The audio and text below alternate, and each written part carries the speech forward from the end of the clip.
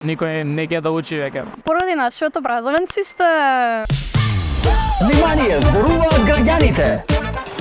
И после месец и пол повторно се враќаме. Се надам дека ви фалевме. Да, и вие нас ни фалевте. Наша денешна тема е образование. Ајде да видиме што ќе ни кажат граѓаните. Што мислите, дали ќе има бесплатни учебници од 1 септември за сите ученици? Како и секоја година нема да има. Секако дека треба да има, ама тоа за жал кај нас е секогаш знак на прашање. Нема да има. Нема да има? Нема да Нема стигне. учениците да има. Нема да стигне. А кога би стигнале, што мислите? Накај 15 октомври. Да. А до тога што ќе прават? Ништо ќе препишуваат од ланските години.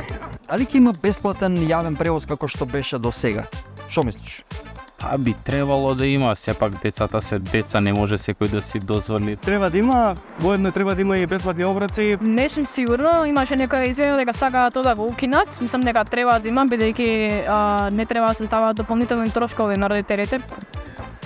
Кажи ми, дали ќе има бесплатен јавен превоз од 1 септември? Што мислиш? Да се разбира, очекуваме нови автобуси да стигнат и плави ќе бидат од сега. А дали автобусите се редовни? Ги има, ама не се... Као да ги нема. Да, не се 100%. Има тепачки достав автобуси? Сум видел неколку. Да. Да. Дали сметаш дека наставниците треба да земаат поголеми плати од септември? Добро прашање. Зависи колку се и они спремни. Да, мислам дека професорите треба да имаат најголема плата. Така. Како се бидејќи тие се носители на нашето образование, мислам дека заслужуваат повеќе од тоа што го добиваат. Да, Да. Зошто? затоа што образованието е клучен дел на развојот на една нација, треба да имаме образовани индивидуи за еднината. Сите наставници низ цел свет би требало да земат повеќе. Која е причината зошто расте неписменоста на македонските ученици? Зошто е да така? Поради нашиот образовен систем. Без мислам дека со социјалните мрежи, бидејќи децата сега само на телефони седат. Никој не ќе да учи веќе.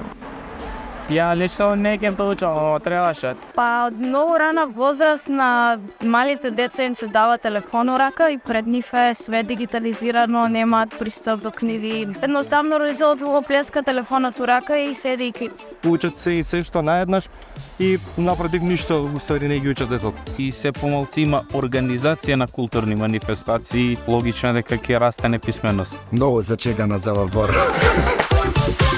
Внимание, зборуваат граѓаните.